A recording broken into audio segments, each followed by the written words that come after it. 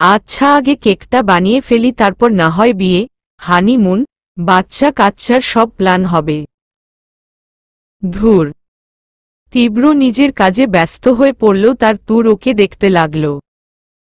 এখানে দাঁড়িয়ে দাঁড়িয়ে আমাকে না দেখে রুমে যাও, আমি কেকটা বানিয়ে নিয়ে আসছি। আজকে আর কেক খাওয়া, একটা ভেঙচি কেটে চলে গেল। এইটা দেখে তীব্র এক গাল হেসে দিল। তুর কেকের জন্য অপেক্ষা করতে করতে প্রায় ঘুমিয়ে যাওয়ার উপক্রম। তখনই তীব্র আসে। এই নেও হয়ে গেছে। তুর বড় স্বর একটা হাই তুলে কেকটা দেখে অবাক হয়ে তীব্রের দিকে তাকায়। ওয়াও, এত সুন্দর একটা কেক! ভাবা যায় আজকে খাওয়াটাই মাটি। আচ্ছা তুমি দেখ, আমি আসছি। তীব্র চলে আসতে নেয়, ঠিক তখনই তুর ডাকে। আচ্ছা, আমাদের বিয়ে কোথায় হবে? এই বাড়িতে। কথাটা শুনে তীব্রের পা থমকে গেল। ও শান্তভাবে তুরের দিকে তাকিয়ে ঠোঁটে একটা হাসির রেখা ফুটিয়ে তোলে। তুমি কোথায় চাও? আমি তো চাই যে শহরে আমার জন্ম হয়েছে সেই শহরে। কিন্তু আমি তো মেবি এখন চট্টগ্রামে, তাই না? তীব্র একটা হাসি দিল। কারণ ওরা যে চট্টগ্রামে নেই তা তুরের অজানা। তুমি যা চাইবে তাই হবে। তারপর চলে যায় তীব্র। তুর কেকটা দেখে নেয়। অনেকটা পুড়ে গেছে, কিন্তু সেটা খাওয়ার রুচি বা মানসিকতা কোনোটাই ওর নেই। পোড়া নয় বলে, তীব্রের হাতের ছোঁয়া আছে বলে। অতীত মন থেকে মুছে তীব্রের জন্য মনে একটা অতিরিক্ত বিষাদময় কিছু বিষ বৃক্ষের চাষ হয়েছে ওর মনে। তীব্রের কথা ভাবলেও সেখান থেকে হয় কাটা পায়, না হয় বিষ। ও কেকটাকে দেখে, কিন্তু তা ছুতেই যেন গা গুলিয়ে আসে তুরের। অথচ দিনের পর দিন মুখ বুজে ওর ছোঁয়াগুলো সহ্য করে যাচ্ছে, তাও আবার মুখে হাসি ফুটিয়ে। তীব্র বাইরে গিয়ে ঋদ্ধকে ফোন করে, কিন্তু কল ট্রান্সফারের মাধ্যমে। কারণ তীব্র কোথায় সেটা যেন কেউ চাইলেও ট্যাপ করতে না পারে। এমনকি ঋদ্ধ নিজেও জানে না তীব্র কোথায় আছে, কোনো দেশে তা জানলেও কোথায় তা জানে না। হ্যাঁ ঋদ্ধ। স্যার, আপনি কবে ফিরবেন? বিগত 1 মাস আপনার কোনো খোঁজ নেই। এখানে সবাই আপনার খোঁজ করছে, বিশেষ করে তায়ান ভাইয়া। আমি প্রতিদিন ওনাকে কিছু না কিছু বলে ম্যানেজ করছি। আমি দেশে ফিরছি 3 দিনের মধ্যে। Okay sir. আমি আপনার জন্য সব রেডি করে রাখছি আর আপনার দেশে আসার ব্যবস্থা করছি। একদম না ঋদ্ধ। মানে আমি যে আসছি তা যেন কেউ জানতে না পারে। আমি এসে আমার বাড়িতে যাব না। গাজীপুরে যে বাংলো বাড়ি আছে সেখানেই যাব। কিন্তু কেন স্যার?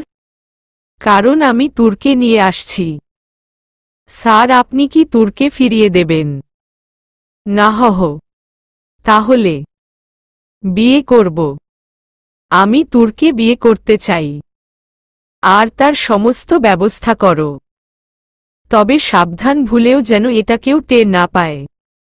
আমি ওখানে বেশি দিন থাকব না। বেশি হলে 2 দিন, তারপর আবার তুরকে নিয়ে ফিরে আসব। আর যেখানে আমরা থাকব তার সিকিউরিটির ব্যবস্থা এমনভাবে করো যাতে ভিতরে একটা মাছি মশাও না গলতে পারে। সেটা ঠিক আছে স্যার। কিন্তু বিয়ে, সেটা তুমি বুঝবে না। ওকে আমি ধর্মমতে নিজের স্ত্রী হিসেবে গ্রহণ করতে চাই। স্যার, সেটা ঠিক আছে, কিন্তু এত রিস্ক নিয়ে এখানে আসার কি দরকার, যেখানে আপনি নিজেই তুরকে খোঁজার জন্য এত কিছু করেছেন?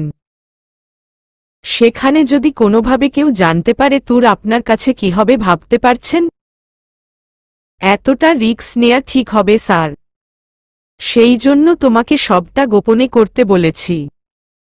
যে 2 দিন আমি সেখানে থাকব তার মাঝে কেউ যেন কিছু জানতে না পারে। Okay sir.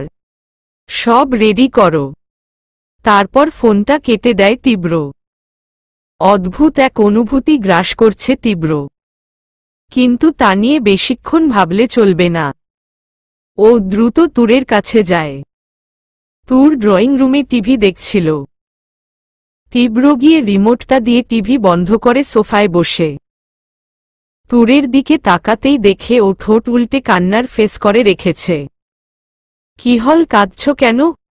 আপনি টিভিটা বন্ধ করলেন কেন? চিপস খেতে খেতে তীব্র কিছুক্ষণ চুপ করে রইল। অনেক ভার নিয়ে তুরকে বলল, তৈরি হও তুর, এই সপ্তাহের মাঝে তোমার আর আমার বিয়ে হবে। কথাটা শুনে দুজনের মাঝেই কিছুক্ষণ নীরবতা বিরাজ করল। পিনপন নীরবতাকে কাটিয়ে তুর বলে উঠল, ঠিক কবে? ওর চোখের চাউনিতে অন্যরকম কিছু চাওয়া দেখতে পেল তীব্র। ইচ্ছে করছে না বলতে, কিন্তু তবুও বলল, সেটা কবে বলতে পারছি না তুর। এইটুকু যেন রাখো, সেই দিনটা আমার জীবনের সবচেয়ে কাঙ্ক্ষিত দিন হবে। আর তোমার কাঙ্ক্ষিত আশার দেখি কারটা পূরণ করে ভাগ্য। তুর কিছু বলল না। তীব্রের কথাটাই এমন এলোমেলো ছিল, তা গোছানোর ধৈর্য তুরের নেই। ও বসা থেকে উঠে তীব্রের কাছে গেল। এটা দেখে জিজ্ঞেসুর দৃষ্টিতে তুরের দিকে তাকাতেই খুব শক্ত করে জড়িয়ে ধরে তীব্রকে। তীব্র কোনো রিয়েক্ট করে না, শুধু নিজের চোখ জোড়া বন্ধ করে নেয়। নিজের বুকে তুরের গরম নিঃশ্বাস আর হালকা ঠোঁটের ছোঁয়া পায়। আপনি নিজেও জানেন না তীব্র আপনার বন্ধ দরজার বন্দিনী আপনার তুমি হওয়ার জন্য কতটা অপেক্ষা করছে। নিজের ভালোবাসার মানুষের স্ত্রী হওয়ার মতো সৌভাগ্য কয়জনের হয়? তীব্র কিছু বলল না, শুধু শুকনো ঠোঁটে আলতো মলিন হাসি ফুটিয়ে তুলল, গভীরভাবে ওর কপালে ভালোবাসার মৃদু পরশ আঁকে। শুধু এই কথাটাই ওর মুখে উচ্চারিত হয়, তৈরি থেক নিজের ভালোবাসার মানুষকে আপন করে নেওয়ার জন্য। এটা শুনে কিছুটা অবাক হয় তুর। আপন করব মানে? আমি তো কিছু না। আবার মৃদু হাসিতে তুরকে ছাড়িয়ে চলে যায়। তুর বোকার মতো ওর যাওয়ার দিকে চেয়ে থাকে, বুঝতে পারে না লোকটাকে। অদ্ভুতভাবে সারাদিনে তুর তীব্রের দেখা পায় না। অনেক রাত হয়ে গেলেও তীব্র ফেরে না। ওর অপেক্ষায় এক পর্যায়ে ঘুমিয়ে যায় তুর। সকালে ঘুম ভাঙতেই দেখে তীব্র ওর কাছে। হতবাক হয়ে সরে যায়, কারণ তীব্র খাটে মাথা দিয়ে মেঝেতে বসে ঘুমিয়ে আছে, তাও তুরের পায়ে হাত দিয়ে এমনটা আশা করেনি তুর। ও গিয়ে তীব্রের মাথায় হাত বুলাতেই তীব্রের ঘুমের রেশ কাটে ও তীব্রের দিকে তাকাতেই একটা প্রশান্তির হাসি দেখতে পায় ঠোঁটে। কি হয়েছে আপনার? আমার পায়ের কাছে পড়ে আছেন কেন? পায়ের কাছে কোথায়? আমি তো তোমার সামনে বসে। সেটা তো আমি নিয়ে এসেছি। ও আচ্ছা। উঠে ফ্রেশ হতে চলে যায়। পাগল তো আগেই ছিল, এখন কি বিবাগী হতে চায় নাকি রে বাবা? সেটা যাই হোক, আমার বিয়েটা হলেই হবে। ফ্রেশ হয়ে আসতেই তুর ফ্রেশ হতে চলে যায়। এসে দেখে তীব্র খাচ্ছে, এটা দেখে ভ্রু কুঁচকে তাকায় ওর দিকে। এই মাসের একদিনও তুরকে ছাড়া খায়নি, তাহলে আজ? তীব্র ওর দিকে না তাকিয়ে বলে উঠল, কাল সারাদিন আমি কিছুই খাইনি। তার খবর নেওয়ার প্রয়োজন পড়েনি তোমার। আমি এখন খাচ্ছি বলে চোখে বাঁধছে নাকি? ন। কথাটা শুনে তুরের শুকনো গলায় কাশি উঠে। এই লোকটা আসলেই কি? আরে আজব তো, আপনি খাননি তো আমি কি করব? আমি কি আপনার বউ নাকি? তাহলে আমি বিয়ে করছি কাকে? দেখুন, আগে বিয়েটা করুন, তাহলে বউয়ের মতো খেয়াল রাখব। তার আগে আপনার বউ হবার ফরমাইশ খাটতে পারব না। মানে কি? বিয়ের পর দাসী থাকতে রাজি, অথচ রানী হয়ে থাকতে রাজি নয়, তাই না? খেতে খেতে আপনি রেগে গিয়ে আমিও বাকি কার কাছে কি বলছি? আপনার সাথে কথা বলাটাই বেকার। তীব্র নিচের দিকে তাকিয়ে খাচ্ছে, তুর চলে যেতে ধরেও থেমে গেল।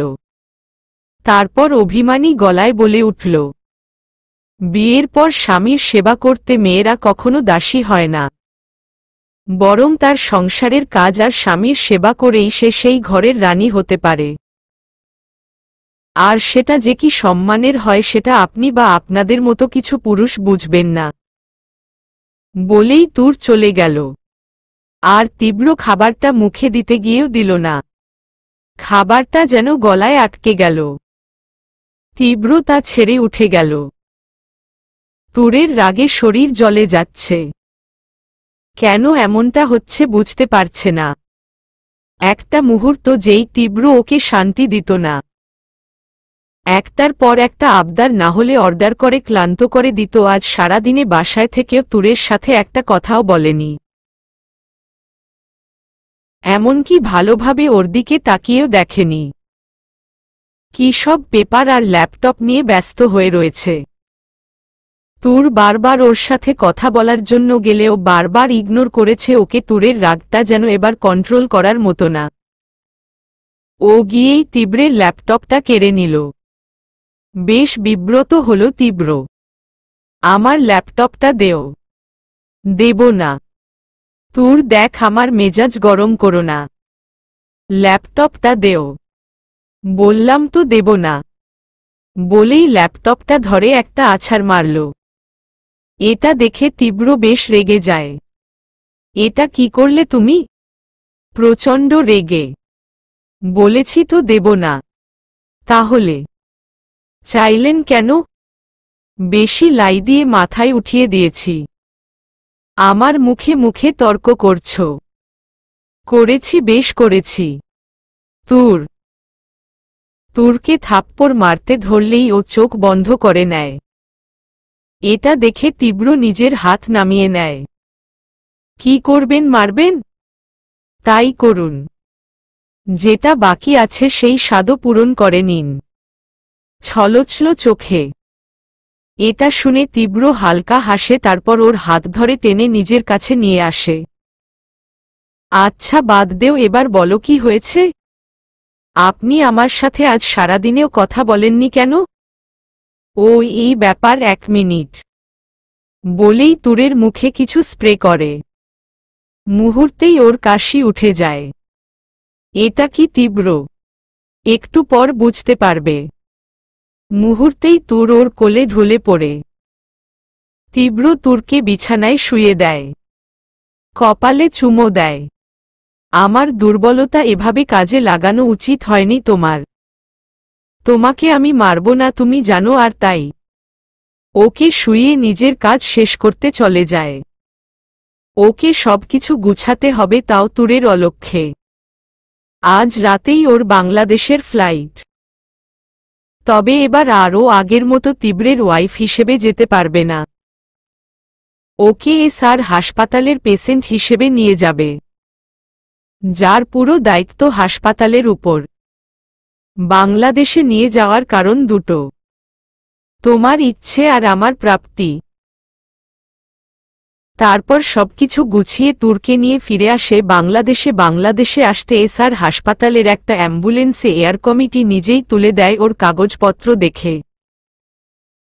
সেখান থেকে মাঝপথে তুরকে নিজের গাড়িতে নিয়ে নিজের বাংলো বাড়িতে নিয়ে যায় তীব্র। ঋদ্ধ আগে থেকেই সবটা রেডি করে রেখেছিল। তীব্র সোজা তুরকে ফিরতে ফিরতে গভীর রাত হয়ে যায়। তীব্র ওকে শুয়ে ফ্রেশ হয়ে আসে। তারপর নিজে তুরের পাশে শুয়ে ওকে বুকে জড়িয়ে নেয়। তীব্র আর দেরি করতে চায় না। কালই বিয়ে হবে ওর আর তুরের। চোখে আলো পড়তেই ঘুমটা হালকা হয়ে আসে তুরের। হঠাৎ ওর চিরচেনা কিছুর আভাস পায়। বাতাসে অন্যরকম কিছু ফিল হচ্ছে। অনেক দিন পর চেনা কিছুর আভাস পেল। জানি না কেন এতদিন আবহাওয়াটা অচেনা লাগত নিজের না। আজ যেটা নিজের মনে হচ্ছে। ও বুক ভরে নিঃশ্বাস নিয়ে কচলাতে কচলাতে ঘুম থেকে উঠে তুর তখনই কারো গলার গম্ভীর আওয়াজ পায়। Good morning my lady. Good morning বলে আবার শুয়ে পড়ে।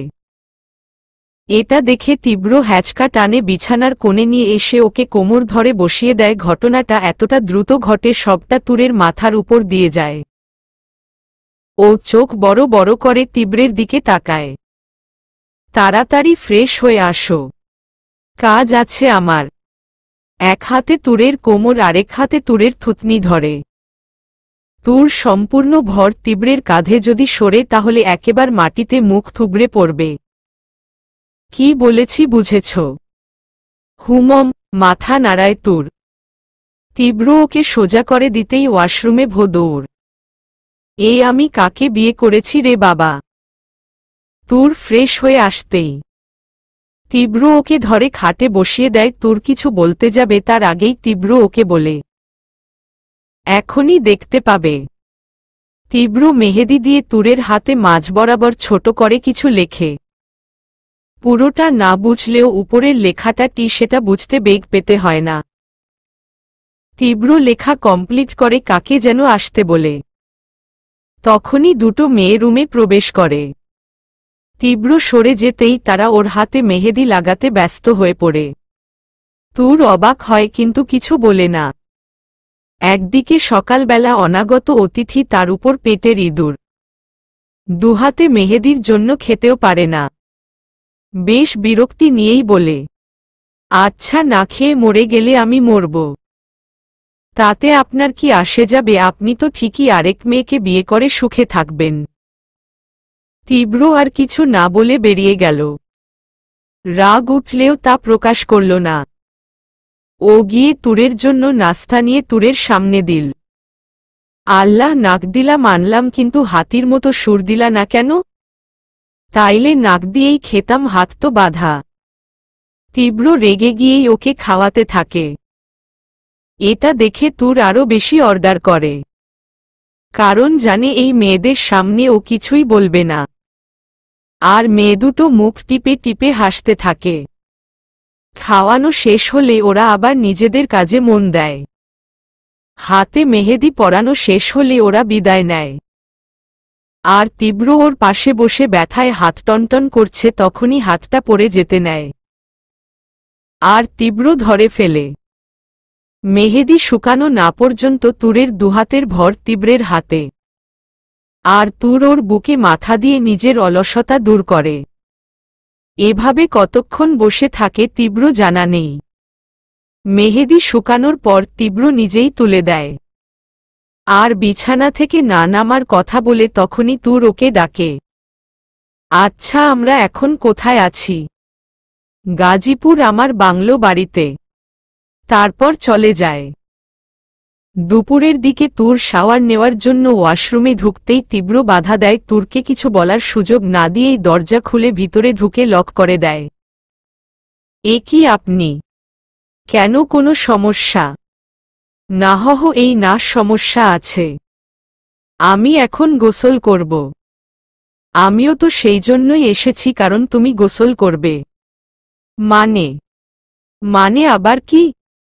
বলেই পিছনে ফিরে কিছু একটা করে তীব্র। উকি মেরে দেখার চেষ্টা করে। শালা লম্বু জানি কোথাকার।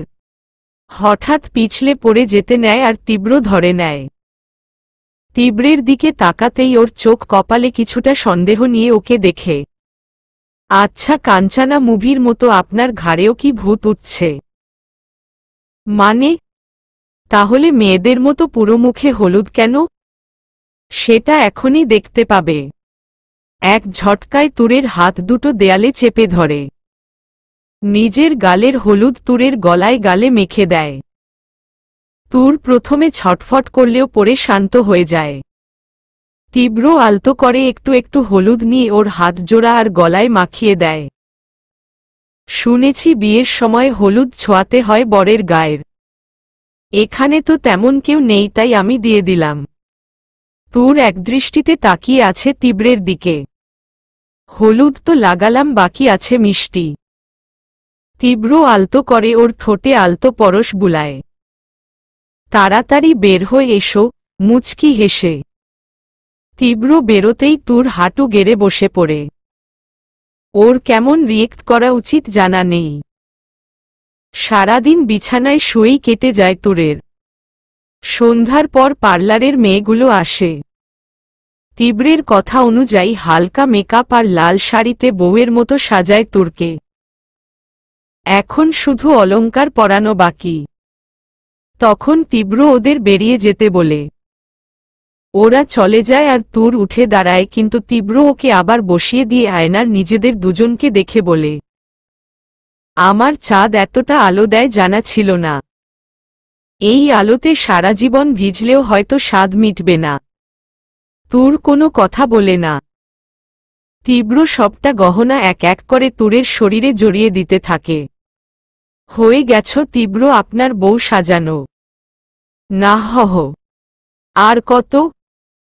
নজর ফোটা যে এখনো বাকি মানে মানে মানে আলতো হেসে তুরের গলার নিচের সেই বাইটের জায়গায় স্পর্শ করে। আলতো করে স্পর্শ করে, সেখানে গভীর চুমো আঁকে তীব্র। তারপর তুরের হাতের পিঠে চুমো দিয়ে বলে, তৈরি হও তুর। একটু পর শরীয়ত মোতাবেক তুমি আমার স্ত্রী হতে চলেছ। আমাদের সম্পর্ক ধর্মীয়ভাবে বৈধ হতে চলেছে। তুর কিছু বল না, শুধু অশ্রুসিক্ত চোখে মাথা নাড়ল। কিন্তু চোখের পানি কিসের জন্য তা বুঝতে পারল না। তীব্র চলে গেল রুম থেকে। ঋদ্ধ আর ম্যানেজার এসেছে।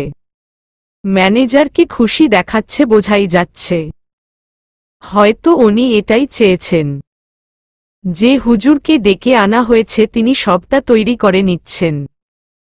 বেশ খানিকক্ষণ পর হুজুর তুরকে নিয়ে আসতে বলে। তীব্র তুরকে আনার জন্য রুমে যেতেই থমকে যায়। কিছুক্ষণ পর ঋদ্ধ আসে। স্যার, সবাই অপেক্ষা স্যার। তীব্র খাটের উপর বসে একটা পুতুল নিয়ে খেলছে। স্যার, আপনি বসে আছেন কেন? নিচে সবাই অপেক্ষা করছে। আর তুর মেম কই? ও তো চলে গেছে। ঋদ্ধ চলে গেছে মানে? বেশ অবাক হয়ে। ওদিকে দেখ। তুর রাস্তায় দিয়ে বউয়ের বেশে কোনো মতে দৌড়াতে থাকে। দৌড়াতে দৌড়াতে কোনো মতে মেইন রাস্তায় এসে পড়ে। আপনার বিয়ে আপনাকে মোবারক হোক মি তীব্র। আপনার মতো পশু রূপী মানুষকে বিয়ে করার চেয়ে নিজেকে শেষ করে দেওয়াটা বেশি সহজ মনে করব। তখনই দূর থেকে একটা আলো দেখতে পায়। আলোটা ধীরে ধীরে কাছে আসছে। সরি মা, সরি বাবাই, তোমাদের সাথে হয়তো দেখা হবে না। আমি যদি আজ বেঁচে যাই আর ওই লোকটার হাতে পড়ে যাই তাহলে আমার কি হবে আমি জানি না। এতদিন ওনার পুতুল থাকলেও এবার আমি জানি না আমার কি হবে। এর চেয়ে নিজেকে শেষ করে দেওয়াই ভালো। বলেই সামনে আসা গাড়ির নিচে ঝাঁপ দেয় তুর। ওদিকে স্যার বসে আছেন কেন? ওনাকে খুঁজতে হবে। যে নিজে চলে যায় তাকে পাওয়া যায় না। কিন্তু স্যার, আই নিড হার, যেখান থেকে পারো নিয়ে আসো। আমি ওকে আমার চোখের সামনে দেখতে চাই। ঋদ্ধ কিছু বুঝতে পেরে বেরিয়ে গেল। অভিনয় তুমি ভালো করলেও অতটা ভালো অভিনেত্রী নয় তুমি তুর। আমাকে নিজের মন থেকে বিয়ে করতে চাও না আমি জানতাম, কিন্তু আমাকে ছেড়ে গিয়ে একদম ঠিক করনি তুমি। মিথ্যে অভিনয় হলেও তুমি আমার কাছে আমার হয়েই ছিলে, কিন্তু তা তুমি করলে না। শাস্তি তো তোমায় পেতেই হবে। ওদিকে গাড়ি দ্রুত ব্রেক করার কারণে বাড়ি খেয়ে তুর নিচে পড়ে যেতেই গাড়ি থেকে একটা ছেলে দ্রুত নেমে আসে তুর ঝাপসা চোখে কোনো ছেলেকে দেখে। এই শুনছেন, কিন্তু তুর কোনো জবাব দিতে না পেরে জ্ঞান হারায়। ওদিকে গাড়ি দ্রুত ব্রেক করার কারণে বাড়ি খেয়ে তুর নিচে পড়ে যেতেই গাড়ি থেকে একটা ছেলে দ্রুত নেমে আসে তুর ঝাপসা চোখে কোনো ছেলেকে দেখে। এই শুনছেন, কিন্তু তুর কোনো জবাব দিতে না পেরে জ্ঞান হারায়। আর ওদিকে তীব্র রুমে থেকে বেরিয়ে প্রচণ্ড জোরে চিৎকার করতে থাকে। বাড়ির সবাই জড়ো হয়ে যায়। সবাই ভয় মাথা নিচু করে আছে। ঋদ্ধ ভয় ভয় জিজ্ঞেস বলল, স্যার, এত টাইট সিকিউরিটির পর তুর পালালো কিভাবে? স্যার, আমি ভাবিনি তুর পালাবে। তাছাড়া আমি তো। তোমার কি মনে হয় আমি কারো ভয় তোমাকে সিকিউরিটি ব্যবস্থা করতে বলেছিলাম? সরি স্যার, আমি জানতে চাই তুর কিভাবে পালালো। তখনই একজন রান্নার লোক এসে বলল, ম্যাম রান্না ঘরে দিকে গিয়েছিল। আমি কিছু লাগবে কিনা জিজ্ঞেস করতে সে বলল তাকে শরবত করে দিতে। আমি বললাম রান্নাঘরে থাকা ড্রামগুলো বুঝিয়ে আসি।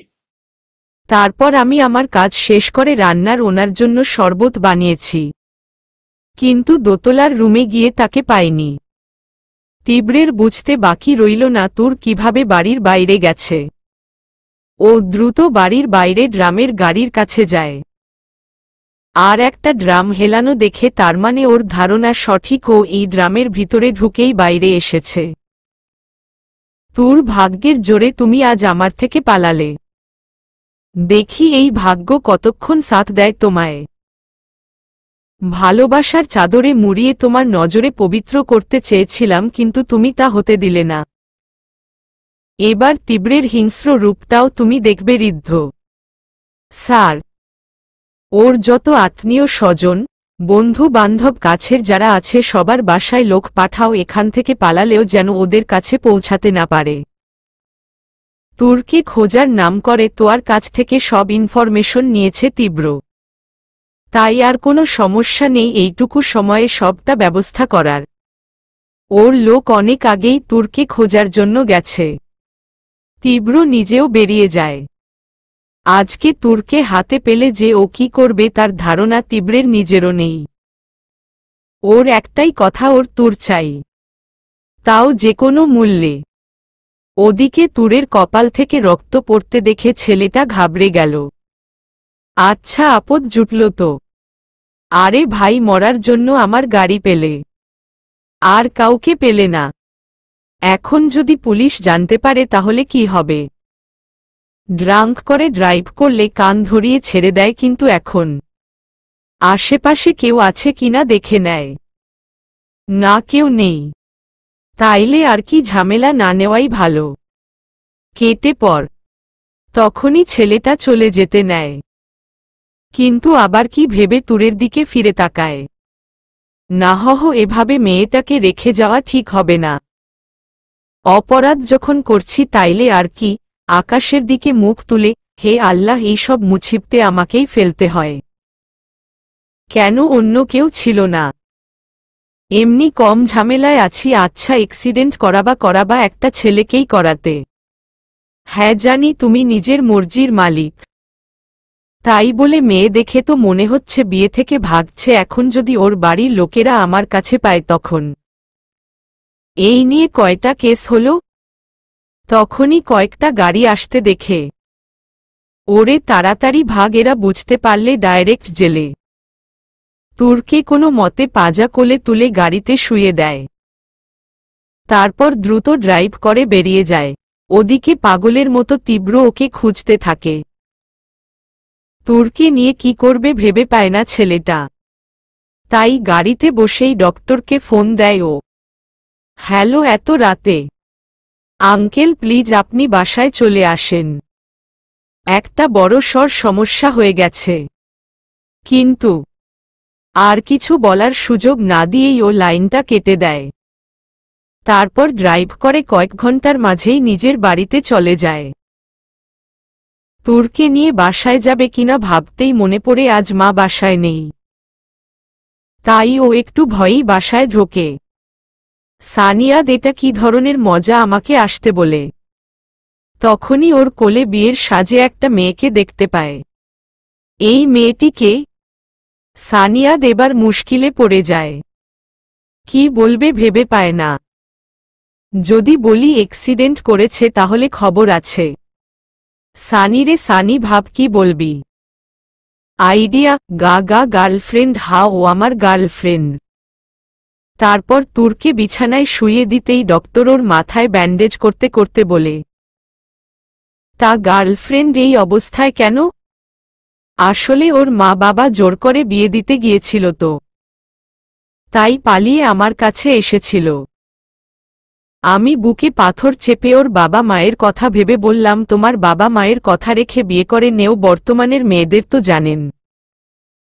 ব্যাস হয়ে গেল, বিষ খেতে গেল। কিন্তু চোট তো মাথায় লেগেছে। লাগবেই তো, বিষ খেতে চেয়েছিল বলে থাপ্পড় মেরেছি, তাই পড়ে গিয়ে চোট পেয়েছে। এই গাল দেখতে যাবেন না। মেকআপ করেছে তাই বোঝা যাচ্ছে না। ডক্টর একবার তুরকে দেখে নিল, তারপর বলল, সানিয়াদ, যদিও তোমার কথা আমার বরাবরের মতোই বিশ্বাস করতে কষ্ট হয়, তবুও বলবো মেয়েটা কিন্তু খুব কিউট, তোমার জন্য পারফেক্ট বিয়ে করে নেও।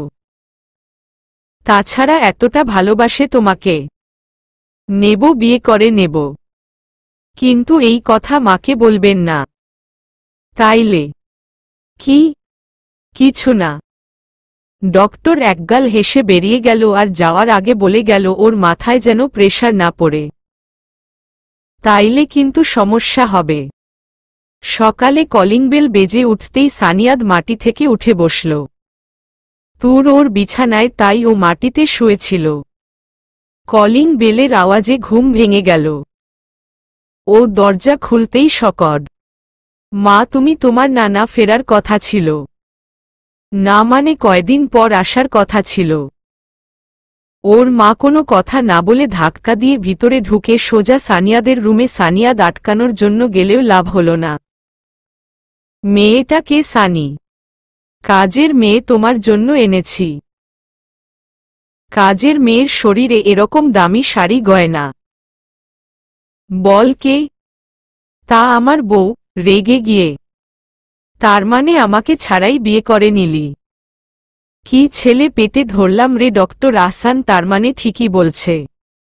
তখনই সানি ওর মায়ের মুখ চেপে ধরে। আরে ধ্যাত, বউ না, গার্লফ্রেন্ড। বিরক্তি নিয়ে, কারণ মায়ের খবর জানে। গার্লফ্রেন্ড শুনলে শান্ত হবে, আর বউ শুনলে এখনই বাসর করিয়ে নাতিপুতি জন্য লাফাবে। আমাকে আগে বলিসনি কেন? তোকে কত বলছি বউ নিয়ে আয়। আর এত সুন্দর একটা মেয়ে একে কিনা? আগে বলিসনি কেন? ব্যঙ্গ করে। এই জন্য বলিনি গার্লফ্রেন্ড আমার। বিয়েটা আমার গার্লফ্রেন্ডের হবে, তোমাকে কেন বলবো? তখনই তুর হালকা চোখ মেলে উঠে বসে। চুপ করবি তুই? মেয়েটা উঠে গেছে। আপনারা কারা? আমি সানির মা। কে সানি? এই সানি তোর গার্লফ্রেন্ড, তোকে চিনতে পারছে না? কি বলো, তাই নাকি? তাহলে এটা আমার না, বাইরে বের করে দিয়ে আসি। চুপ বজ্জাত ছেলে। তা মা, তোমার নাম কি? আমার নাম কি? এটা দেখে শব্দ করে সানি হেসে বলে, এলো এনি দেহি, নিজের নাম ভুলে গেছে, আমার নাম কি মনে রাখব? আসলে মনে হচ্ছে মাথায় আঘাত পেয়ে সব ভুলে গেছে, এসব হয়। তখন ও ডক্টরকে ফোন দিয়ে বলে, আঙ্কেল, গার্লফ্রেন্ড আমার নিজের নাম ভুলে গেছে। এটা শর্ট টার্ম মেমোরি লস হতে পারে, মাথায় আঘাত লাগার কারণে।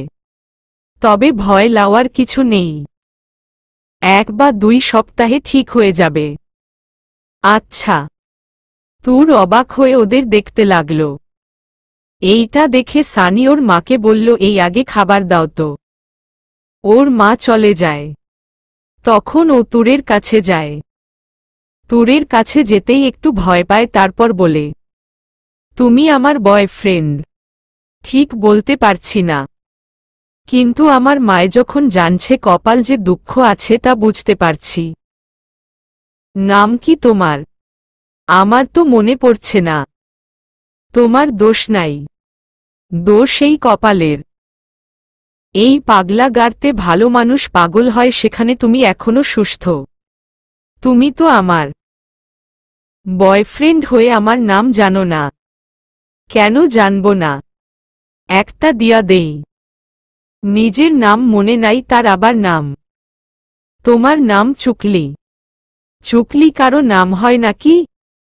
আরে মাইয়া, এইটাই তো কথা, চুকলি কারো নাম হয় নাকি? কিন্তু তোমার নাম হয়, আর এই বাড়িতে যারা থাকে তাদের নাম হয়। রেগে চলে গেল। সানি ইঞ্জিনিয়ারিং পড়ছে, মায়ের বিয়ের পর নাতিপুতি দেখবে, কিন্তু সানি সেটা চায় না। এভাবে দেখতে দেখতে কেটে গেল 1 সপ্তাহ। তুর এখন সুস্থ, তবে ব্যান্ডেজ এখনো খোলা বাকি। কিন্তু সানি শান্তিতে নেই। এতদিন শুধু মায়ের পাগলামি সহ্য করলেও এখন তুরের বয়ফ্রেন্ডের পাগলামি ওকে আরও অতিষ্ঠ করে তুলেছে। ওর এত ন্যাকামি একদম সহ্য করার মতো না। কিন্তু মায়ের জন্য কিছু বলতে পারছে না।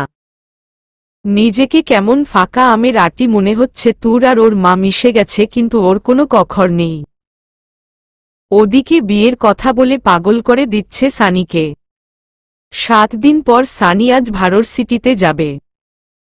তখনই ওর মা ওকে ডাকে, ওই চুকলিকে নিয়ে যা তোর সাথে। বাইরে থেকে ঘুরে আসলে ভালো লাগবে। কেন, এখন কি খারাপ লাগছে? ডাক্তার ডাকব? চুপ কর, সবসময় শুধু বাজে কথা। যা বলেছি তাই। আরে আমার লেট হয়ে যাচ্ছে, আরেকদিন নিয়ে যাব। কই, আমি তো রেডি। এই মেয়েকে তো জ্বালা সহ্য করতে না পেরে ভার্সিটিতে যাচ্ছি, আর ওইখানে আমি পারব না। মা, সানি, আগে চল। তরের হাত ধরে টেনে বাইরে নিয়ে আসে। তারপর বাইকে উঠতেই তুর ক্যাবলা হাসি দিয়ে। এটা দেখে আরো রেগে যায় সানি। কিছু বলার আগেই দাঁত কেলায়, আর কিছু বললেই ছাগলের বাচ্চার মতো ম্যাঁ করে, যেন ফিটার খাওয়াতে হবে। ম্যাঁ। যত সব। কি হল, চলো। সানি ওকে নিয়ে ভার্সিটির গেটে ঢুকতেই একটা মেয়ে এসে সানিকে জড়িয়ে ধরল। বেবি, তুমি এতদিন কই ছিলে জান? কত মিস করেছি তোমায়। আমাকে একবার বলতে আমি তোমার কাছে চলে যেতাম। পারতে না গো, আমি জাহান্নামে গেছিলাম। সবে মাত্র ল্যান্ডিং করছি। হোয়াট? ও কিছু না। তখনই তুর এসে ধাক্কা মেরে ওকে সরিয়ে দেয়। তোমার সাহস হয় কি করে আমার বয়ফ্রেন্ডকে টাচ করার? ও তোমার বয়ফ্রেন্ড মানে? সানি বেবি। এই সানি তোমার মা লাগে নাকি? বেবি বলছে না। আরে চুকলি, এটা সেই বেবি না। ও, এই তোর বয়ফ্রেন্ড মানে? সানি আমার বিএফ। তাইলে আমি কে? সত্যি তো কে তুই? সানির এই প্রথম মজা লাগল। দুইটা মেয়ে ওর জন্য চুল ছিঁড়াছিঁড়ি করছে, এইটা দেখে ও বাইকে বসে বাদাম খাচ্ছে আর মজা নিচ্ছে। তার এক পর্যায়ে দেখল ওই মেয়েটি তুরের গালে চড় মারতে চাইল। ঠিক তখনই ওর হাত ধরে ফেলল। সিনিন, এইটা না। তুমি এই মেয়েটার জন্য আমাকে। তার মানে ও সত্যি তোমার গার্লফ্রেন্ড? তাহলে আমার সাথে রিলেশন? দেখ সিনিন, আমি আগেই তোমাকে বলেছি, কিন্তু তুমি জোর করে আমাকে নিজের বিএফ বানিয়েছ। তেমনি ও আমাকে জোর করে বিএফ বানিয়েছে। এতে আমি কি করতে পারি? ঠিক আছে তাহলে আজ ব্রেকআপ, বলে চলে গেল। আলহামদুলিল্লাহ বইনা চুকলি, এই প্রথম তোকে ধন্যবাদ দিতে মন চাইছে। এদিকে আয়, একখান চুমা দি। ওর কাছে যেতেই তুর খুব জোরে ঠাটিয়ে একটা চড় দিল। এটা দেখে সানি অবাকের শীর্ষে। সারাদিন বিএফ করে মরে যায়, অথচ সামান্য কথাতেই এইটা করল। আরে আমি কি তোকে সত্যি সত্যি চুমা দিতাম নাকি? আজব তো। এই আমি তোমার গার্লফ্রেন্ড হলে উইটাকে এখন শুধু থাপ্পড় মারছি, এবার তো পাশে থেকে একটা লাঠি নিয়ে মারা শুরু করল। হায় আল্লাহ, এইটা দেখি ওইটার চেয়েও ডেঞ্জারাস। উইটা তাও মিষ্টি কথা বলতো। ওই থামো থামো, তোরে আইসক্রিম খাওয়ামু, তাও থামো। আসলে উইটা প্যারা ছিল তাই আর কি। আর তুই তো আমার জিএফ মানে গুড ফ্রেন্ড, নাইলে এত বড় উপকার করতি। উড়ের নাক টেনে। ঠিক আছে চলো। এরপর দুজনে আইসক্রিম পার্লারে গিয়ে আইসক্রিম খেতে লাগল। তবে সানির কেন জানি না তুরের অনেক কাজে কেমন কেমন লাগে। মাঝে মাঝে মনে হয় ও জেনে বুঝে ইচ্ছে করে করছে। এই কয়দিনে বিএফ করে মরেছে, অথচ ভুলেও সানির সামান্য স্পর্শ ওর গায়ে লাগেনি। এমনকি ভুলেও যদি সানি কাছে চলে আসে ও চিল্লিয়ে একসাথ করে। সেটা প্রথম প্রথম গায়ে না মাখলেও পরে ব্যাপারটা ভাবায়। যদি সত্যি বিএফ ভাবে তাহলে এমন করবে কেন? কিন্তু ওর মায়ের জন্য কিছু বলে না। ওর কি, ও মা খুশি হলেই খুশি। ওরা আইসক্রিম খাচ্ছিল। ঠিক তখনই রাস্তার সিগন্যালের মধ্যে বসেছিল তীব্র। এই কয়দিন পাগলের মতো খুঁজেছে ও তুরকে। হাসপাতাল থেকে শুরু করে সব জায়গায় কোথাও বাদ রাখেনি ক্লান্ত তীব্র এখনও অক্লান্তভাবে তার তীব্রকে খুঁজে বেড়াচ্ছে। ঠিক তখনই তীব্রের নজর যায় আইসক্রিম পার্লারের দিকে। হঠাৎ মনে হলো ও যেন তুরকে দেখছে, কিন্তু প্রথমে ভুল ভাবলেও বুঝতে পারল এটা ভুল নয়, সত্যি তুর। ওকে দেখে নিজের রাগটা আরও বেড়ে গেল। কারণ ও একটা ছেলের সাথে, তাও এমনি এমনি নয়, বেশ হেসে খেলেই আছে। সিগন্যাল ছেড়ে দিতেই তীব্র ওদের দিকে গাড়ি নিয়ে যেতে লাগল। এই চলুন। তারপর তুর আর সানি বাইকে উঠে বাইকে স্টার্ট দিল। তীব্র ওখানে পৌঁছানোর আগেই ওরা চলে গেল। কিন্তু তীব্র ওকে ধরার জন্য ওর পিছু নিল। ওর মাথায় একটাই চিন্তা, আজকে তুরকে পেলে তীব্রকে ছেড়ে আসার শাস্তি ওদের হাড়ে হাড়ে বুঝিয়ে দেবে। তবে তীব্রের রাগটা বাড়িয়ে দিচ্ছে তুরের সাথে থাকা ছেলেটা। তুর আর সানি বাইকে উঠে বাইকে স্টার্ট দিল। তীব্র ওখানে পৌঁছানোর আগেই ওরা চলে গেল। কিন্তু তীব্র ওকে ধরার জন্য ওর পিছু নিল। ওর মাথায় একটাই চিন্তা, আজকে তুরকে পেলে তীব্রকে ছেড়ে আসার শাস্তি ওকে হাড়ে হাড়ে বুঝিয়ে দেবে। তবে তীব্রের রাগটা বাড়িয়ে দিচ্ছে তুরের সাথে থাকা ছেলেটা। তীব্র ওদের পিছু নিতে থাকে। কিন্তু সানি বাইকে যাওয়ার কারণে একটা ছোট রাস্তার মধ্যে ঢুকে যায়, যার কারণে তীব্র আর যেতে পারে না। বাইরে নেমে কিছু করবে তার আগে তোদের বাইক মিলিয়ে যায়। তীব্র গাড়ি থেকে নেমে ওদের খুঁজতে থাকে কিন্তু পায় না, যার কারণে ও রেগে গিয়ে গাড়িতে প্রচণ্ড জোরে ঘুষি মারে।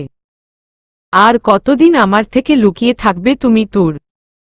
ধরা তো তোমাকে পড়তেই হবে, সে আজ না হোক কাল। আমি যতটা না ছটফট করছি তার 1000 গুণ বেশি হবে তোমারটা।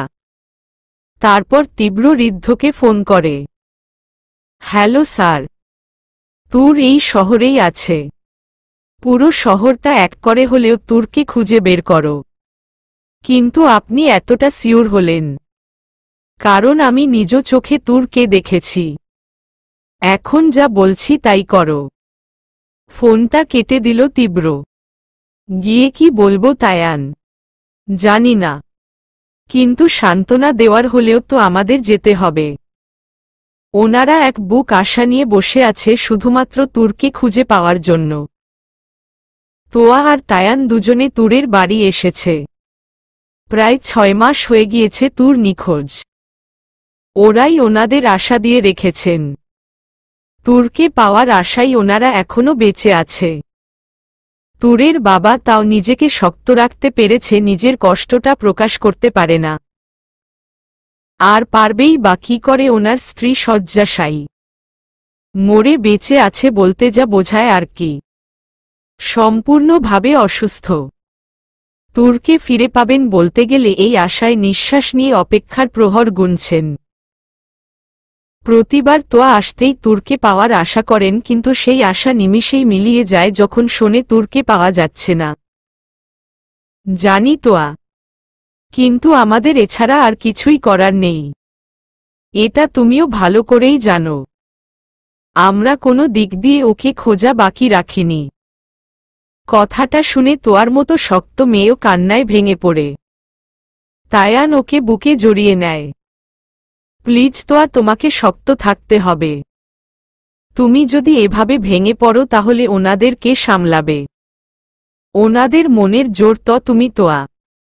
আমি যে ক্লান্ত। 6 মাসে ওকে খোঁজার জন্য আমি কম চেষ্টা করিনি। আচ্ছা এবার ভিতরে চলো। আচ্ছা তায়ান, আমরা যদি ওনাদের আমাদের সাথে আমার বাড়ি নিয়ে যাই ভালো হবে না? এখন তো চাচা অফিসে যান না। ওখানে সবার সাথে থাকলে যদি মন ভালো হয়। আমারও তাই মনে হয়।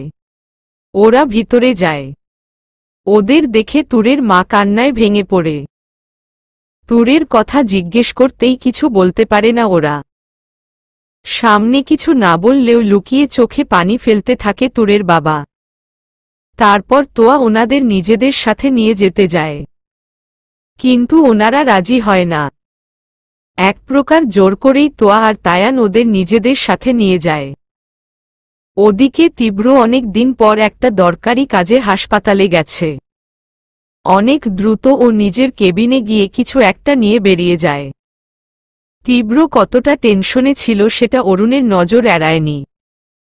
তীব্র বেরিয়ে যাওয়ার পর অরুণ ওর রুমে ঢোকে। তারপর তীব্রের কাগজপত্র নিয়ে ঘাটাঘাটি করতে থাকে, কিন্তু তেমন কিছুই খুঁজে পায় না। বড্ড বিরক্ত লাগে অরুণের।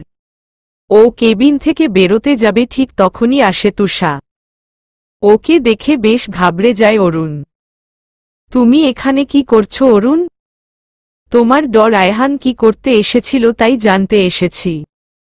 সমস্যা কি তোমার অরুণ? সব সময় তুমি ওর পিছে পড়ে থাক কেন? অরুণ চুপ করে দাঁড়িয়ে আছে। কি হল, কথা বলছো না কেন? ওর সাথে তোমার সমস্যা কি? তুমি আমাকে ওর পাশে সহ্য করতে পারো না কেন অরুণ? কারণ আমি চাই না ওর জন্য তোমার কোনো ক্ষতি হোক। এনাফ ইজ এনাফ অরুণ, তুমি আমাকে ভালোবাসো তার মানে এটা নয় তুমি ওর ব্যাপারে বাজে কথা বলতে পার। আমরা সবাই একসাথে কয়েক বছর যাবত আছি আর তুমি। হ্যাঁ, আর তাই আমি তোমার চেয়ে ওকে ভালো করে চিনি। ও যে কি করতে পারে তার আমি ধারণাও করতে পারি না, আর তার জন্যই আমি তোমাকে ওর কাছাকাছি দেখতে পারি না। তুষাকে শক্ত করে ধরে। এটা দেখে তুষা অবাক হয়ে ওর দিকে তাকায়। তারপর অনেকটা অবাক চোখেই ওকে বলে, পাগল হয়ে গেছো তুমি অরুণ? ও তোমার চেয়ে বেশি সাফল্য পেয়েছে বলে হিংসা করো তুমি ওকে, আর তাই ওকে সহ্য করতে পারো না। কথাটা বলে বেরিয়ে যায় তুষা। অরুণ ওকে ডাকলেও ও শোনে না। তোমরা ওকে এখনো চিনতে পারোনি তাই এমনটা বলছো, যদি জানতে তাহলে এমনটা বলতে পারতে না। ও নিজে যতটা নরমাল দেখানোর চেষ্টা করুক না কেন আমি জানি ও নরমাল নয়। একটা নরমাল মানুষের ভাবনা চিনতে বিহেভ এরকম হবে না। কখনো ওকে খারাপ কিছু করতে দেখেনি, কিন্তু আমার বিশ্বাস ও যদি খারাপ কিছু করে সেটা চরম ভয়ঙ্কর। কারণ ওই মানুষটার মনে মায়া মমতা ভালোবাসা বলতে কিছু সেই যেটা আছে সেটা হচ্ছে লোক দেখানো কিছু আবেগ। তখনই সেদিনের কথা মনে পড়ে যায়। তখন তীব্র আর অরুণ দুজনেই মেডিকেলে নতুন। তখনই একটা লাশ নিয়ে আসা হয়। লাশটার পরিস্থিতি এত খারাপ ছিল তা বলার বাইরে। যে কোনো মানুষের পক্ষে সেটা দেখা জঘন্য একটা ঘটনা। সেই লাশটার জন্য অরুণ নিজেরই গা গুলিয়ে প্রায় অবস্থা খারাপ হয়ে গিয়েছিল। কিন্তু সেদিন তীব্রকে দেখে বড্ড অবাক হয়ে গিয়েছিল অরুণ।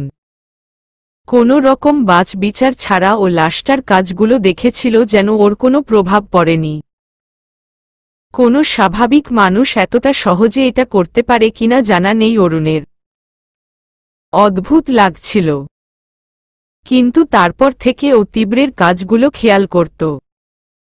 আর এই কয়েক বছরে ওর তীব্রের ব্যাপারে যতটা বুঝতে পেরেছে ও নিজে ডাক্তারের অভিজ্ঞতাকে কাজে লাগিয়ে তাতে ও স্বাভাবিক নয়।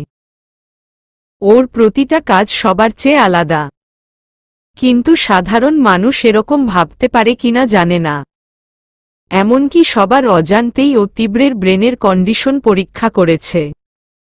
তীব্রের ছোট একটা অ্যাক্সিডেন্ট হয়েছিল ঠিক তখন, আর তার পরীক্ষার রেজাল্টে ও সত্যি অবাক। কারণ ওর ধারণাই সঠিক। তীব্রের ব্রেনের কন্ডিশন স্বাভাবিক মানুষের মতো না, অনেকটা ভিন্ন। আচরণে প্রকাশ না পেলেও তীব্রকে ওর সত্যি একটা সাইকো মনে হয়। কিন্তু তীব্রের কোনো কাজের সাথে মিল খুঁজে পায় না। ওর সমস্ত কাজ এতটাই নিখুঁত হয়, যার থেকে কোনো কিছু বের করা অরুণের পক্ষে সম্ভব হয়নি। সবকিছু ভেবে একটা দীর্ঘ শ্বাস ফেলে অরুণ ফ্রেন্ড হিসেবে যেমন ওকে ভালোবাসে তেমনি ওর এসব কথা ভাবলে শিউরে ওঠে ও। সারাটা দিন সানির অবস্থা খারাপ করে দিয়েছে তুর। পুরো দিন বাইকে করে ঘুরিয়েছে। সানি রেগে কিছু বলতেও পারে না। কিছু বললেই মায়ের ধমকি দেখায়। সানির ইচ্ছে করছে মেয়েটাকে এখানে পুঁতে রেখে বাড়ি চলে যায়। কাজটা এত সহজ নয় এটা ভেবেই পিছিয়ে যায়। রাতের দিকে তুরকে নিয়ে বাড়ি ফেরে সানি। বাড়ি ফিরতেই তুর ফ্রেশ হতে চলে যায়। আনি ওর মাকে ডাকতেই ওর মা বাড়ি নেই। দারোয়ানের কাছ থেকে জানতে পারে ওনার কোনো বান্ধবী হাসপাতালে, তাই আজ ফিরবে না। এইটা শুনে একটা শয়তানি দেয় সানি। আজকে এই মেয়েকে হাড়ে হাড়ে টের পাওয়াবে সানি কি জিনিস। অনেক জ্বালিয়েছে, সব শোধ তুলবে।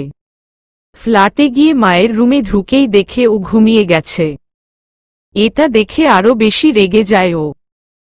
ইচ্ছে করছে হাতের লাঠিটা দিয়ে মাথা ফাটিয়ে দেই, কিন্তু পরে আবার ভাবে থাক, ঘুম থেকে উঠলে না হয় মারবে। তাই ওর ঘুম ভাঙার অপেক্ষায় পাশের সোফায় বসে পড়ে সানি। এদিকে তুরকে না পেয়ে পাগলের মতো করছে তীব্র। না চাইতেও কি করছে নিজেও জানে না। তুরকে একবার দেখার জন্য যেন মরে যাচ্ছে। মনে হচ্ছে এর চেয়ে তুর যদি ওকে মেরে ফেলতে চাইতো তাহলে হয়তো বেশি ভালো হতো ওর জন্য। আর যাই হোক, এই অসহ্য যন্ত্রণা সহ্য করতে হতো না। এই যন্ত্রণা থেকে বাঁচার জন্যই তুরকে নিজের বন্দিনী করে রেখেছিল। কিন্তু তুর যাওয়ার পর তা যেন আরও বেড়ে গেছে। ঋদ্ধ বা অন্য কেউ ভয় ওর সামনে আসছে না। তুর যাওয়ার সময় ওর ঘুমগুলো সাথে নিয়ে চলে গেছে। তীব্র যেখানে তুরকে আটকে রেখেছিল নিজের বাড়িতে ফাঁকা রুমে, সেই রুমেই ওর রাতগুলো কাটছে। দেয়াল ঘেঁষে বসে সিগারেট টানছে তীব্র। তুরের সাথে কাটানো মুহূর্তগুলো যত মনে পড়ছে ততই যেন হৃদয়ের ক্ষতটা আরও গভীর হয়ে উঠছে। সিগারেটের ধোঁয়ায় বদ্ধ রুমে নিজের ফুসফুসকে পুড়িয়ে চলেছে ও। আর অঝরে পানি পড়ছে দুচোখ বেয়ে। মদেও যখন নেশা হলো না তখন একগাদা ঘুমের ওষুধ খেয়ে নিল। আর বসে থাকতে পারল না। এতগুলো পিল খেয়ে কিছুক্ষণের মধ্যেই মাটিতে লুটিয়ে পড়ল। চোখ মেলে তাকাতে পারছে না। নেশা হয়ে গেছে কিন্তু সামান্যটুকু ঘুম নেই চোখে। তুর যে শুধু বন্দিনী ছিল না, ওর মায়াবী নিষ্পাপ মুখটা ওর ঘুমের কারণ ছিল, যা এখন আর নেই। উপুর হয়ে মেঝেতে থাকতে পারল না। কাশিতে বুক ফেটে যাচ্ছে।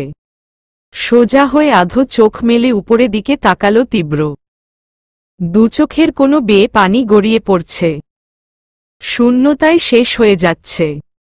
ওর মা যখন মারা গিয়েছিল ঠিক তখনই শুধু এমন লেগেছিল, আর আজ লাগছে। মাঝখানে কতগুলো বছর কেটে গেছে হিসেব নেই। মায়ের যাওয়ার পর তায়ান ওকে সামলেছে, কিন্তু বাঁচার ইচ্ছে জেগেছে 3 মাস তুরের কাছে থাকার পর। 3 মাস ওকে আটকে রাখলেও কখনোই মনে হয়নি ওর জন্য এমন লাগবে।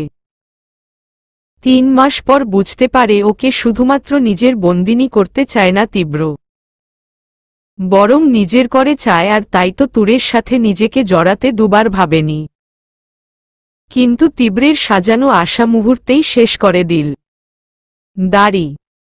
ওদিকে তুর ঘুমের ঘোরে এক নাগারে বলে চলেছে, আমি আপনার সাথে থাকতে চাই না।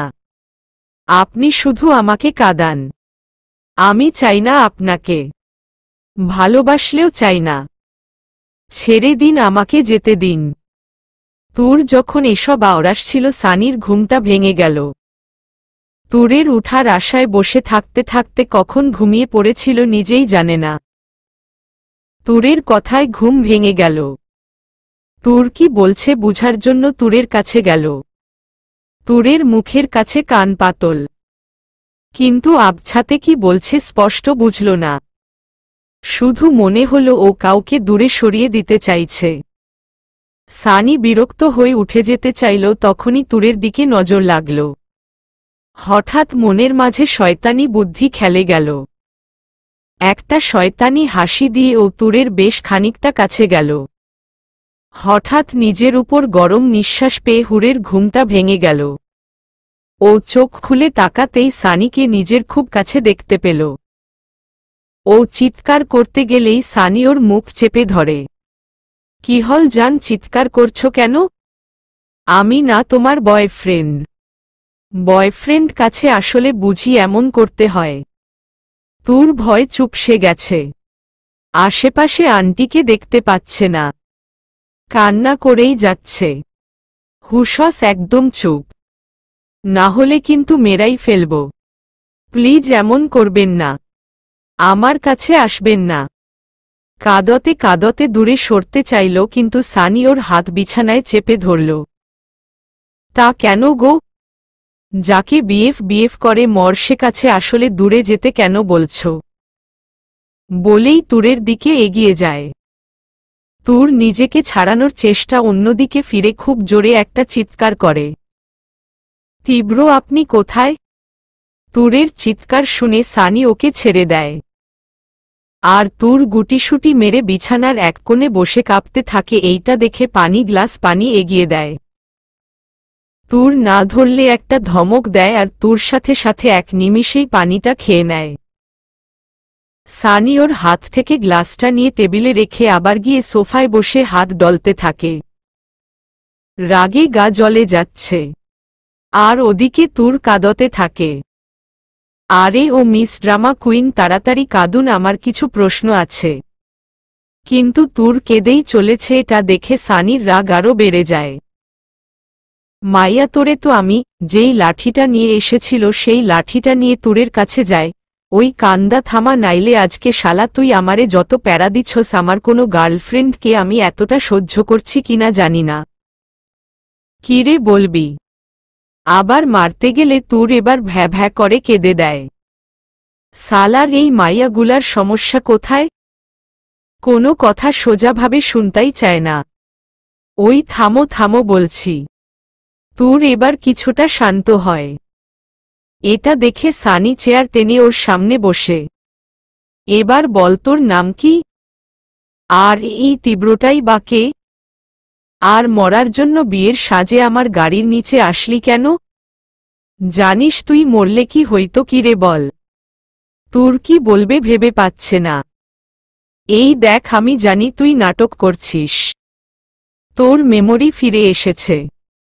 কারণ যতই তুমি আমারে বিএফ করো না কেন, আমারে জ্বালাইয়া মারলেও আমার হালকা টার চো করো নাই। এবার তোর মুখ খুলল। সরি সানি ভাইয়া।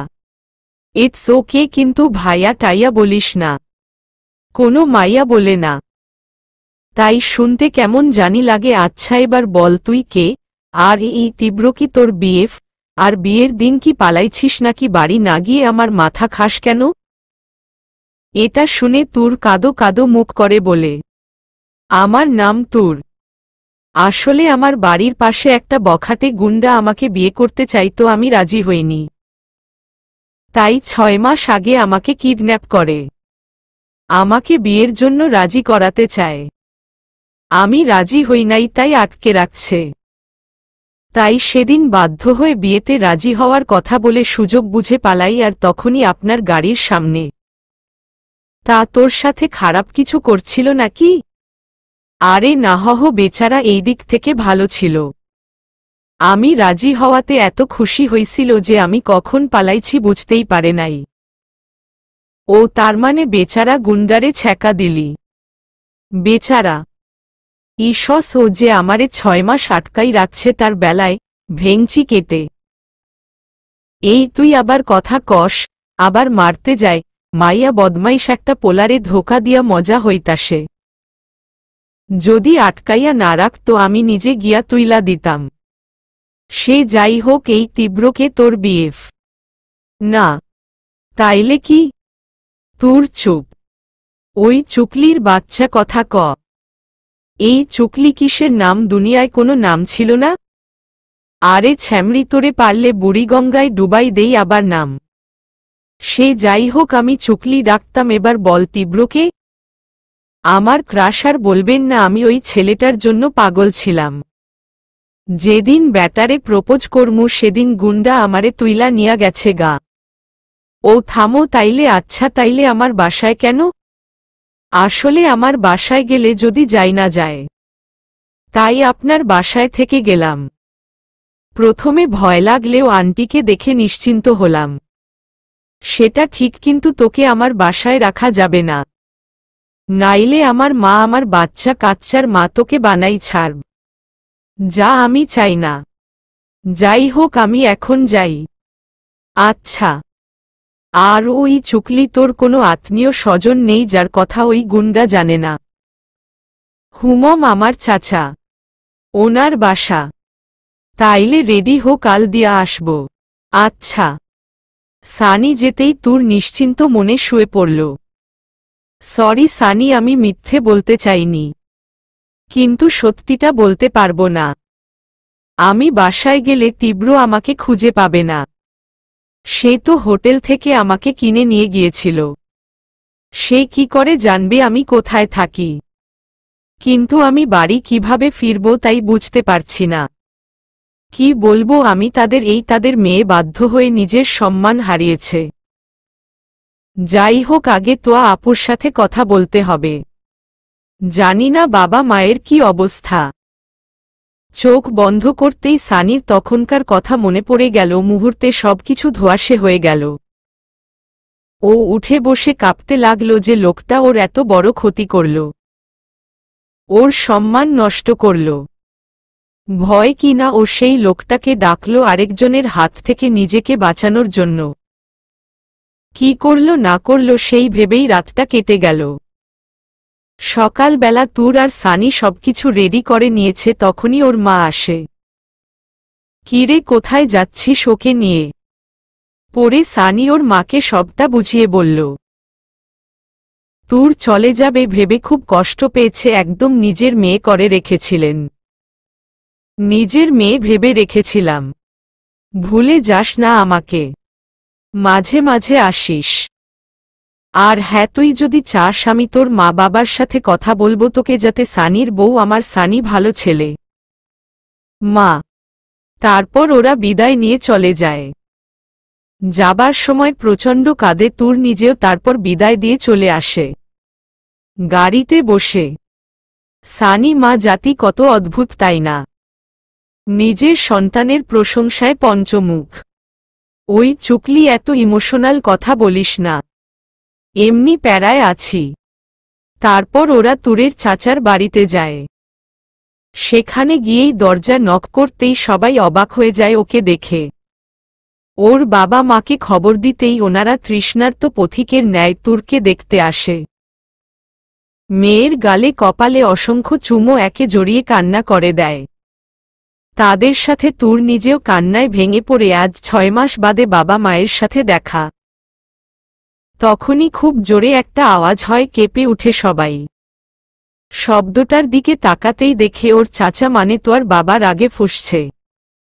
আর সানি গালে হাত দিয়ে অবাক চোখে একবার তুরের, আরেকবার ওর চাচার দিকে তাকালো। অসভ্য ছেলে, একটা মেয়েকে বাড়ি থেকে পালিয়ে যাওয়ার জন্য কিডন্যাপ করা, এত সাহস! সানি আর তুর দুজনেই অবাক ওনাদের কথা শুনে।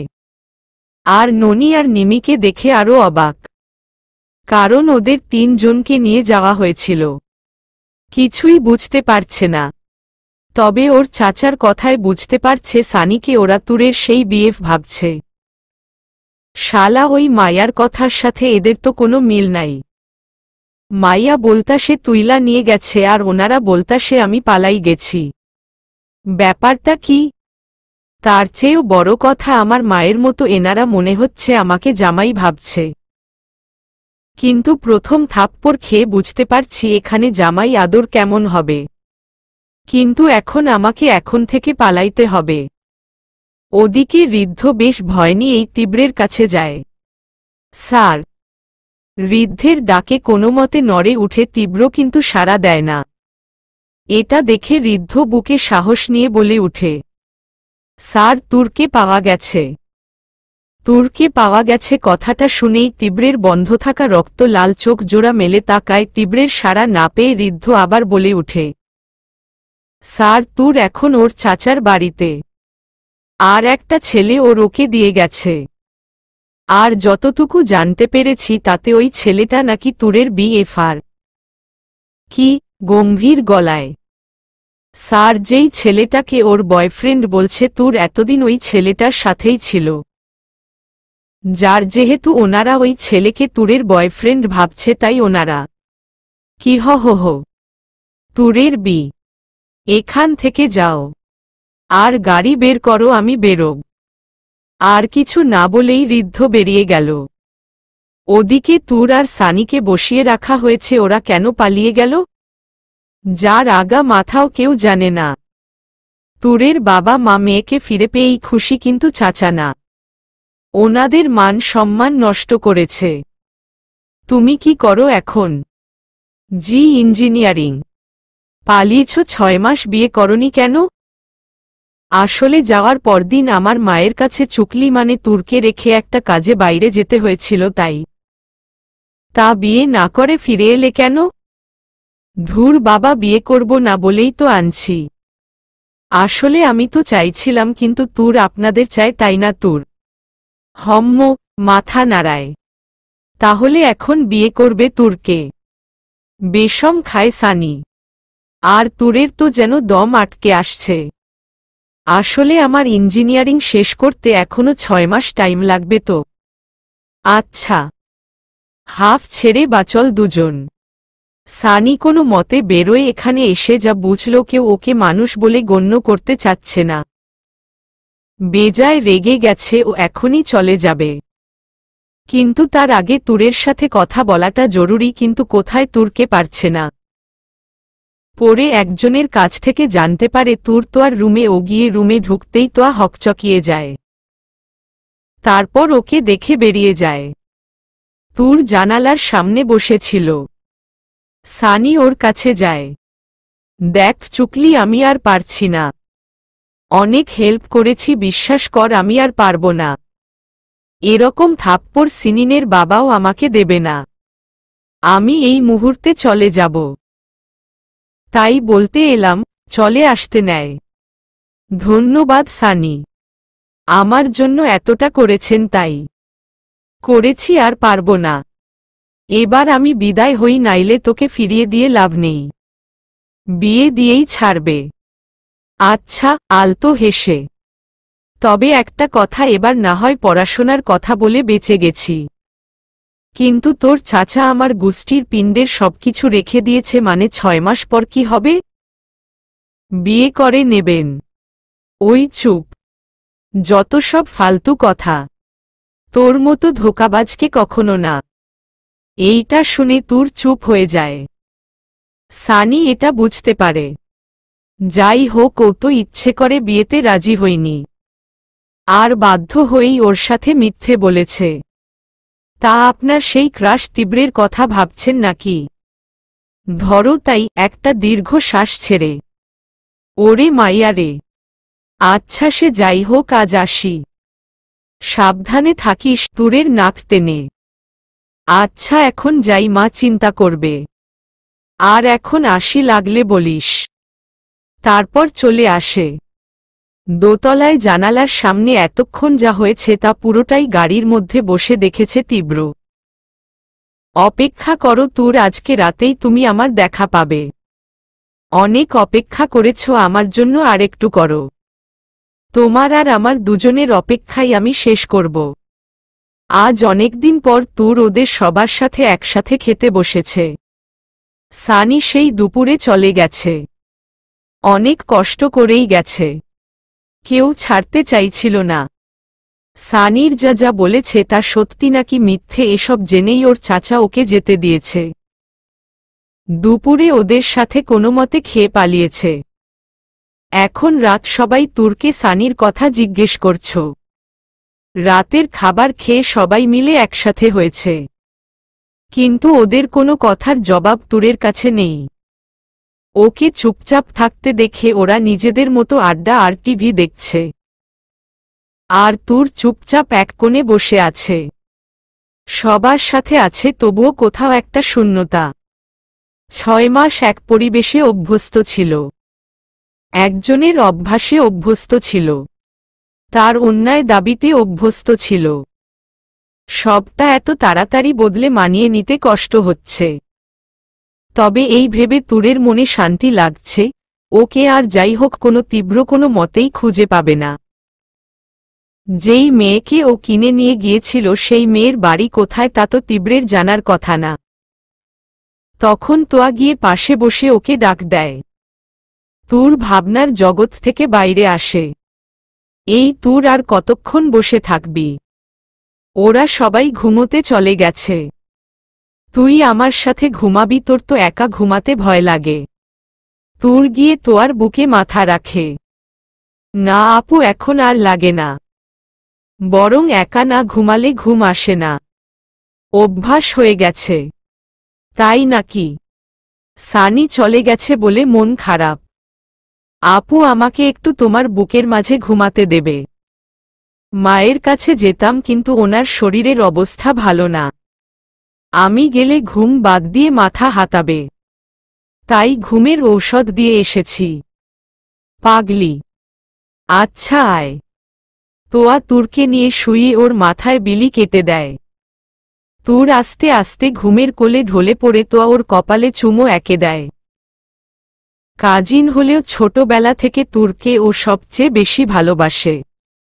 আমি জানি না তুই কেন এমন করলি, তবে এটা বুঝতে পারছি তুই কিছু লুকাচ্ছিস। তারপর তোয়া নিজেও ওর পাশে শুয়ে পড়ল। ঘুমের মাঝে হঠাৎ তুর কারো গরম নিঃশ্বাস পায়। মনে হচ্ছে কেউ ওর খুব কাছে। নিঃশ্বাসের উষ্ণতা আর সেই নিঃশ্বাসের মালিকের শরীর থেকে বেরিয়ে আসা মৃদু ঘ্রাণটা তুরের কাছে অপরিচিত নয়। হাজারবার অনুভব করেছে ও। হঠাৎ করে অনুভূতিটা যেন আরো প্রখর হতে লাগল। তুরের নিজের শ্বাসও বেড়ে গেছে। ও ঘুমের মাঝে নাকি ঘোরের মাঝে বুঝতে পারছে না। অনুভূতি অস্তিত্বটা যতটা পাচ্ছে ততটাই অস্থির হয়ে পড়ছে তুর। এক প্রকার অস্থিরতা নিয়েই তুর অনুভূতির অস্তিত্বটাকে ধরতে হাত বাড়াল। ডান হাত তার দখলে, তাই বাম হাত দিয়েই তাকে স্পর্শ করল। তুরের হাতটা তার নাক মুখে পড়তেই পিলে চমকে উঠল। অস্থিরতা আরো বেড়ে জোরে জোরে শ্বাস নিতে নিতে অস্থির কণ্ঠেই বলে উঠল, তীর। কথাটা শুনেই অদ্ভুত এক হাসি ফুটে উঠল তীব্রের ঠোঁটে। এখনই নিজের চোখ বন্ধ করে আছে তুর। কিন্তু তীব্রকে চিনে নিতে ওর একটু কষ্ট হয়নি। তুমি ভাবলে কি করে তীব্র তার বন্দিনীকে এত তাড়াতাড়ি মুক্তি দেবে? আপনি তীব্র নন, আমি স্বপ্ন দেখছি।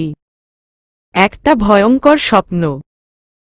কারণ তীব্রের জানার কথা না আমি কোথায়। চোখ বন্ধ করেই শক্ত করে ওর শার্টের কলার ধরে কাঁদতে শুরু করে তুর। বিশ্বাস না হলে চোখ খুলেই দেখ। এত ভয় কেন আমাকে তুর? যার কাছে এতদিন থাকলে তাকে ফাঁকি দিয়ে চলে এলে সে বুঝি তোমাকে ধরতে চাইবে না? আর তোমার খোঁজ পাওয়া নিয়ে কথা। তুমি ভাবতেও পারবে না তোমার জন্য তীব্র কি করতে পারে। এইটা শুনে তুর নিজের চোখ খোলে আর মুহূর্তেই থমকে যায়। সত্যি ওর সামনে তীব্র। ও তীব্রের থেকে নিজেকে ছাড়াতে চাইলে তীব্র নিজের হাত তুরের পিঠের নিচে দিয়ে একটানে উঠিয়ে ওকে নিজের বাম কাঁধে রাখে, বাম হাত দিয়ে ওকে শক্ত করে নিজের সাথে মিশিয়ে নেয়। তুর চিৎকার করতে চাইলে ওর মুখ চেপে ধরে। তোমার কি মনে পালিয়ে রক্ষা পেয়ে গেছো? এই তীব্র তোমাকে আর খুঁজে পাবে না। তোমার কথায় বিয়ে করতে রাজি হয়েছিলাম, তুমি কি করলে? ছেড়ে এলে আমাকে। তুর কান্নায় ভেঙে পড়ে শ্বাস আটকে আসছে। তীব্র ওর মুখের থেকে হাত সরিয়ে ওর মুখ থেকে লেপ্টে যাওয়া চুলগুলো সরিয়ে দেয়। তুর চেয়েও নিজেকে ছাড়াতে পারে না।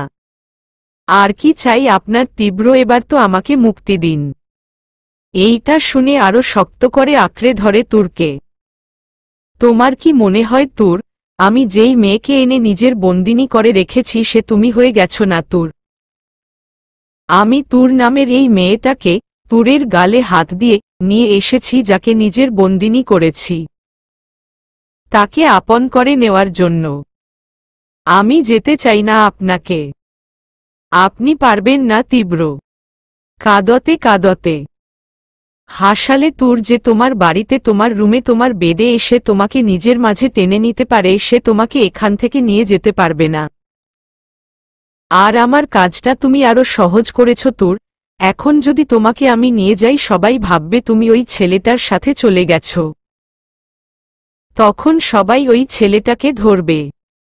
তীব্র: না, আপনি এমনটা করতে পারেন না।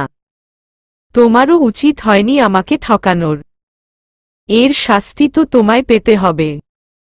তীব্র: তীব্র তুরের গালে, কপালে, নাকে, ঠোঁটে অজস্র ছোট ছোট চুমো আঁকতে থাকে, যাতে নিজেকে তীব্রের হাত থেকে ছাড়ানোর ছটফটানিটাও বেড়ে গেছে। কিন্তু তীব্র ওকে ছাড়ার বদলে নিজের স্পর্শে ভরিয়ে দিতে থাকে তুরকে। তখনই চলবে।